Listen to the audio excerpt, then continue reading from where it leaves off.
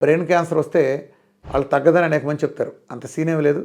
మా దగ్గర ఒక ఆయన యాక్చువల్ క్యాన్సర్ సిస్టులు 3 బ్రెయిన్ క్యాన్సర్. అంతకుముందు చేసిన ట్రీట్మెంట్ కారణంగా విపరీతంగా పెరిగినాయి. తక్కువ ఉండేది కాస్త అంటే బేసికల్‌గా లంగ్‌లో ఉండేది కాస్త బ్రెయిన్‌కి స్ప్రెడ్ అయింది. అంతే కదా! వైద్యంలో జరిగేది అదేగా. వీళ్ళు ఒక వైద్యం చేస్తే రెండో దానికి స్ప్రెడ్ అయినట్టు అయింది. ఆయనకి 3 సిస్టులతో నా దగ్గరికి వచ్చారు. మీరు ఇక్కడ పక్కన రిపోర్ట్ ఉన్నది చూడండి. 18x18, 28x18, 28x18 ఇట్లా 3 రకాల సిస్టులు ఉంటే 3 లేచిపోయినాయి. ఒక 4x3 mm ఒక్కటి మిగిలింది. అది కూడా క్యాన్సర్ కాదు. కంప్లీట్ తగ్గిపోయింది. No activity. పెట్ స్కాన్‌లో కూడా మొత్తం అన్నీ 0 అయిన సందర్భం. క్యాన్సర్ అంతా తగ్గిపోయింది. జస్ట్ 6 నెలల డేట్ పారాసెటమాల్ కూడా వాడలా. ఎందుకు తగ్గదు? బ్రెయిన్ క్యాన్సర్ కూడా చక్కగా తగ్గుతాయి. బ్రెయిన్‌కి మేలు చేసేది ఒమేగా 3.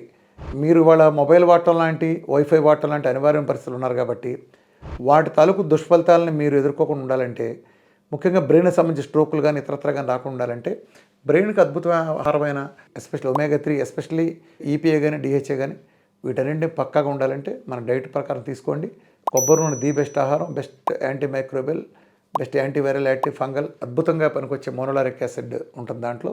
ఇమ్యూనిటీని అద్భుతంగా బూస్ట్ చేసే మీడియం చైన్ ట్రైగ్లిజరైడ్స్ ఇది తీసుకుంటే బ్రెయిన్‌కి సంబంధించి ఎలాంటి ప్రభావమైనా మనం దూరం కావచ్చు.